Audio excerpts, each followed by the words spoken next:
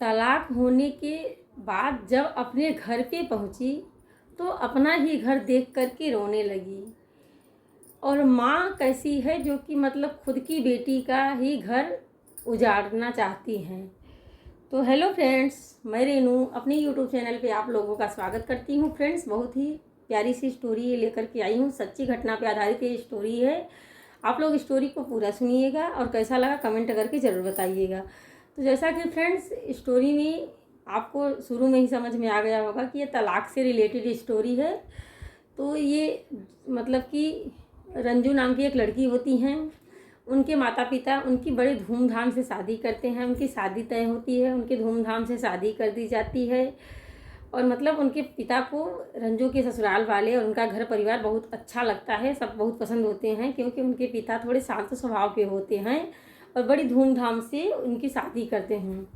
और ये रंजू की जो माँ होती हैं वो थोड़ा अलग स्वभाव की होती हैं। फ्रेंड्स, इसमें पात्र का नाम हमने चेंज कर दिया है। और उनकी जो माँ होती हैं वो थोड़ा अलग स्वभाव की होती हैं। तो रंजू की शादी होती है, रंजू अपने ससुराल में आती हैं और उनके ससुराल में सब कुछ अच्छा रहता है, सब कुछ अच्छे से उनका टाइमिंग बीतता रहता है। और उनके पतिदेव जो होते हैं, जिनका नाम होता है रितेश, वो लखनऊ के पास ही जॉब करते रहते हैं। लखनऊ में ही उनकी नौकरी रहती है। और रंजू और रितेश दोनों मतलब कि ससुराल, ये लखनऊ के पास के गांव की स्टोरी है फ्रेंड्स। तो वो दोनों लखनऊ में शिफ्ट हो जाते हैं और वहाँ पे रहने लगते हैं। और दोनों खूब हंसी खुशी अपना घर चलाते हैं। अच्छे से उनका घर चलता रहता है, खूब अच्छे से बीतता रहता है। धीरे धीरे करते करते कुछ टाइम के बाद वो दोनों अपना एक छोटा सा घर बना लेते हैं, जिसमें कि 2 कमरे, एक बरामदा, ऐसा ही घर, मतलब वो छोटा सा घर अपना बना लेते हैं। और वहाँ पे वो हंसी खुशी रहने लगते हैं। उनका घर खूब अच्छे तरीके से चल रहा होता है। और मतलब कि कुछ दिनों के बाद जब साल 6 महीने बीत जाते हैं, साल 2 साल बीत जाते हैं, तो फिर उनके घर में मतलब कि हर एक घर में थोड़ी थोड़ी तो बातें होने लगती हैं लड़के बच्चे को लेकर के। तो जो रितेश के घर वाले होते हैं वो रंजू से लड़के बच्चे के लिए बात करने लगते हैं। तो फिर वो थोड़ा मतलब कि रंजू को अच्छा नहीं लगता है। जिस पे वो अपनी माँ से ये बात शेयर करती हैं कि माँ, सब लोग बच्चे के लिए बात करते हैं, बच्चे हो नहीं रहे हैं, डॉक्टर को दिखा रहे हैं। तो फिर मतलब कि फिर उनकी माँ थोड़ा उनकी अलग स्वभाव की होती हैं। जैसा कि हमने स्टोरी की शुरुआत में ही आपसे बताया कि वो थोड़ा अलग स्वभाव की होती हैं। तो रंजू ने अपनी माँ से जब ये बात बताई तो उनकी माँ उन्हें थोड़ा और चढ़ाने लगती हैं। मतलब अपनी बेटी को इतना भरती हैं कि उसको भरते भरते उसके दिमाग में ये डाल देती हैं कि वो अपने पति से तलाक ले ले। ऐसा कौन माँ करती है, मगर वो रंजू की माँ इस तरीके से अपनी बेटी को भरते भरते अपनी बेटी को तलाक तक बात पहुँचा देती हैं। और एक वकील जिसमें रंजू के पिता विरोध करते हैं कि ऐसा नहीं, मतलब कि छोटी मोटी बात को लेकर के तलाक तक बात कौन ले जाता है, बात को थोड़े में ही सुलझा लो। तो मगर उनकी माँ नहीं मानती हैं। मेरी बेटी इकलौती है, मैं मतलब कि वो थोड़ा अपना वो बड़ा दिखाने लगती हैं माँ वाला पक्ष। तो वो दिखाते करते अपनी बेटी का मतलब तलाक एक वकील कर लेती हैं। वकील को अच्छे खासे पैसे खिला करके और अपनी बेटी का वो तलाक करवाने के लिए रेडी हो जाती हैं। अब उनकी बेटी के तलाक का केस चलने लगता है कोर्ट में। केस करवा देती हैं और केस कोर्ट चलने लगता है, जिसमें रंजू के परिवार वाले, मतलब रितेश के परिवार वाले जो होते हैं वो विरोध करते हैं तलाक का। मगर रितेश बोलता है कि जब उन लोगों को ये मंजूर है तो कोई बात नहीं, उन लोगों को तलाक करवा लेने दो। जिसके कारण रितेश के परिवार वाले रितेश से मतलब थोड़ा गुस्सा भी हो जाते हैं कि ऐसा थोड़ी नहीं है, जैसा वो लोग करेंगे वैसा ही हो जाए।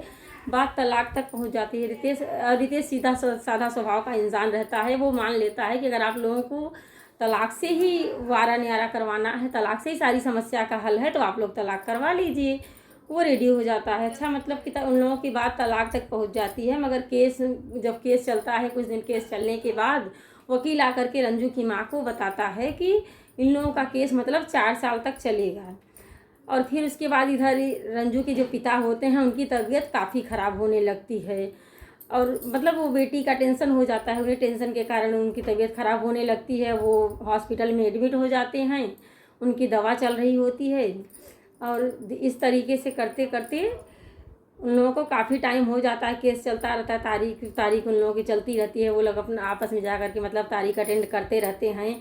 और फिर इस तरीके से केस चलते चलते मतलब जब रंजू का 4 साल इस तरीके से उन लोगों का 4 साल कंप्लीट हो जाता है। और 4 साल के बाद वो लास्ट डे आ जाता है जिस दिन उनका केस का फैसला होता है। तो मतलब इस लास्ट डे पे क्या होता है कि रंजू और मतलब रितेश का तलाक हो जाता है। और तलाक हो जाने के बाद फिर वो रंजू की माँ जो होती है वो बोलती है कि जा कर के अपने मतलब कि ससुराल से अपना सारा सामान उठा लाओ। चलो तुम्हारे ससुराल से सारा सामान उठा लाएं। उसी टाइम पे मतलब जब ये बातें चलती ही रहती हैं तभी हॉस्पिटल से डॉक्टर का फ़ोन आता है कि रंजू के पिता की तबीयत ज़्यादा सीरियस हो रही है, आप लोग पैसे भर दीजिए जिससे कि हम आगे इनको एडमिट कर सकें। इस पर बातचीत चलते हुए फिर उसके बाद रंजू की माँ बोलती हैं कि मैं हॉस्पिटल जा रही हूँ। रंजू से बोलती हैं तुम जा कर के सामान ले आओ। रंजू बोलती है हम जा कर के सामान ले आएंगे, आप जा कर के पिताजी को देखिए। तो उनकी माँ हॉस्पिटल चली जाती हैं और रंजू मतलब एक गाड़ी वाले को कर लेती हैं, गाड़ी वाले को उनकी माँ भेजती हैं जिसके साथ 2 लड़के होते हैं कि जा कर के वहाँ से सारा सामान उठवा करके रंजू के घर से और ले आएंगे अपने घर पे। तो रंजू जाती हैं जब अपने ससुराल, तो वहाँ पे जाकर जो अपना घर उनका उन लोगों ने खुद बड़े प्यार से बनाया था, दोनों लोगों ने मिल करके, हस्बैंड वाइफ ने दोनों जो अपना छोटा सा आशियाना बनाया था उसको देख करके वो बड़े भावुक होने लगती हैं कि कितने प्यार से कितनी मेहनत से हम दोनों ने मिल करके इस घर को बनाया था। और अब मतलब कि ये टाइम आ गया है कि हमको इस घर को छोड़ना पड़ रहा है, अब हम दोनों अलग हो जाएंगे। रंजू के मन में तमाम चीज़ें चलने लगती हैं। वो देख करके जब अपना सामान समेटने लगती है तो वो देख देख करके मन उसका भावुक होने लगता है और वो दुखी होने लगती है, उसका मन काफ़ी दुखी होने लगता है। और फिर उसके बाद उसका पति उसी टाइम पे वो सोचती रहती है, उनके मन में तमाम चीज़ें चलती रहती हैं। उसी टाइम पे उनके पति उनके लिए चाय बना करके ले करके आते हैं और जो साथ में 2 आदमी आए रहते हैं उनको भी चाय वाय बना करके उनके पति देते हैं। और वो मतलब चाय पकड़ लेती हैं, मगर वो उस चाय पकड़ते पकड़ते रोने लगती हैं। तो उनके पति जो जो होते हैं रितेश, वो पूछते हैं कि क्यों रो रही हो। तो वो बोलती हैं कि अब हम लोगों ने इतने प्यार से इस घर को बनाया था और अब हमारा घर ये टूट जाएगा, हम दोनों अलग हो जाएंगे। जिस पे रितेश बोलता है कि मैं तो शुरू से ही मना कर रहा हूँ, आप ही कर रही हो ऐसा, मेरी तो बात भी नहीं मान रही हो, आप अपनी माँ के कहने पे कर रही हो। छोटी मोटी बातें कहाँ नहीं होती हैं, मगर हम दोनों अगर साथ में मतलब कि हर एक चीज़ सहने के लिए समझने के लिए तैयार हैं तब दूसरा कोई क्या कर सकता है बीच में, मगर आप ही नहीं समझ रहे हो तो मैं क्या करूँ। जिस पे मतलब कि रंजू काफ़ी भावुक हो जाती है और खूब दुखी हो जाती है। उसे अपनी गलती पर प्रायश्चित होने लगता है कि मैंने सच में गलत किया है, मुझे ऐसा नहीं करना चाहिए था, मैं माँ की बातों में आकर के अपना ही घर तोड़ रही हूँ, अपनी ही ज़िंदगी बर्बाद कर रही हूँ। जिस पर मतलब कि रंजू काफ़ी मतलब सोच विचार करने के बाद फिर अपने पति को पकड़ करके रोने लगती है। और रोने काफ़ी थोड़ी देर बाद मतलब रो लेती है, फिर उसका मन संतुष्ट होता है। उसी टाइम पे उसकी माँ का फ़ोन फिर से आता है कि क्या हुआ, सामान लेकर वहाँ से निकली। तो रंजू अपनी माँ का फ़ोन काट देती है और फ़ोन स्विच ऑफ कर देती है। और फिर उसके बाद मतलब जब रंजू अपने फ़ोन स्विच ऑफ कर देती है तो उसकी माँ उसके रितेश के फ़ोन पे फ़ोन करती है कि रंजू फ़ोन क्यों नहीं उठा रही हूँ। तब रितेश बोलता है कि अपनी माँ से बात कर लो। तो फिर रंजू बोलती है नहीं करूँगी। फिर वो बार बार समझाता है कि बात करके बात सीधे से बोलो, सामने से बात तो करो। तो फिर वो बात करती है, बोलती है माँ मैं आपका आने में मतलब आपके कहने में आकर के अपना घर बर्बाद कर रही थी, अब मैं रितेश जी को छोड़ करके नहीं आऊँगी, मैं अपने घर पे ही रहूँगी। मैं अपना छोटा सा आशियाना इतने प्यार से बनाई थी, आपके कहने पे मैं तोड़ रही थी, अब मैं नहीं तोड़ूँगी। तो फ्रेंड्स इस कहानी से ये सीख मिलती है, अगर आप लोगों को ज़रा भी अच्छी लगी हो तो एक बेटी के घर को बर्बाद करने में उसकी माँ 100% जिम्मेदार होती है। तो कृपा करके अपनी बेटी का घर बर्बाद ना करें। अगर आपकी बेटी आपको थोड़ा मतलब कि अपनी परेशानी अपना दुख माँ समझ के शेयर करती है तो आप उसको अपने तरीके से समझाएं, ना कि उसको चढ़ा बढ़ा करके उसका घर बर्बाद करें, उसके घर को बर्बाद करने के लिए तलाक तक बात पहुंच जाए।